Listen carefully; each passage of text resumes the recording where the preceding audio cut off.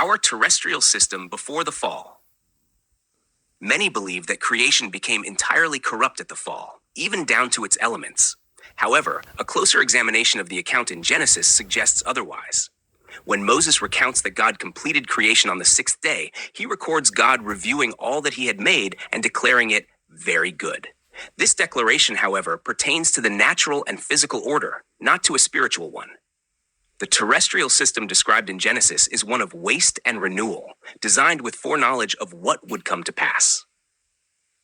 Physical aging and death in creation. Modern medical science reveals that cellular aging and death are intrinsic to life itself. Processes such as apoptosis, programmed cell death, and cellular senescence, the halting of cell division, are integral to the natural order. These processes maintain balance in organisms, preventing uncontrolled growth like cancer while facilitating regeneration. Such mechanisms demonstrate that physical death and renewal existed as fundamental principles before the fall.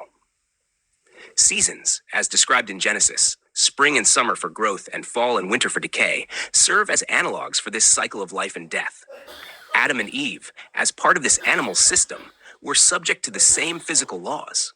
Their bodies, like all living things, contained the principles of mortality and decay. Without divine intervention, they would have eventually returned to dust.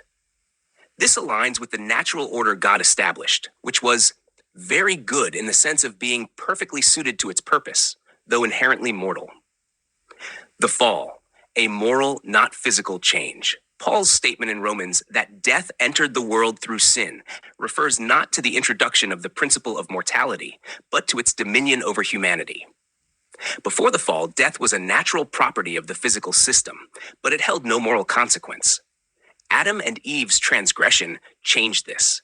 By disobeying God, they subjected themselves to the law of sin and death, a moral condition where mortality became a penalty rather than a natural process. This distinction is critical.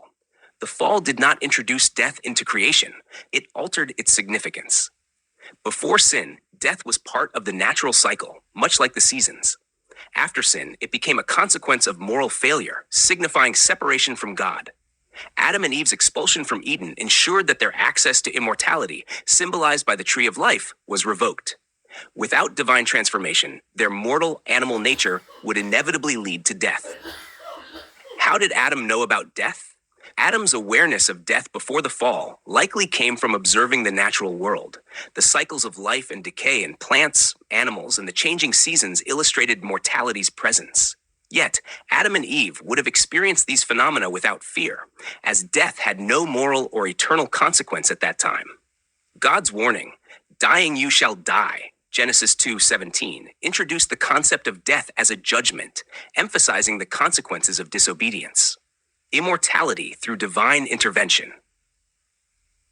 Immortality, as revealed in Scripture, is not inherent to human nature, but granted by divine action.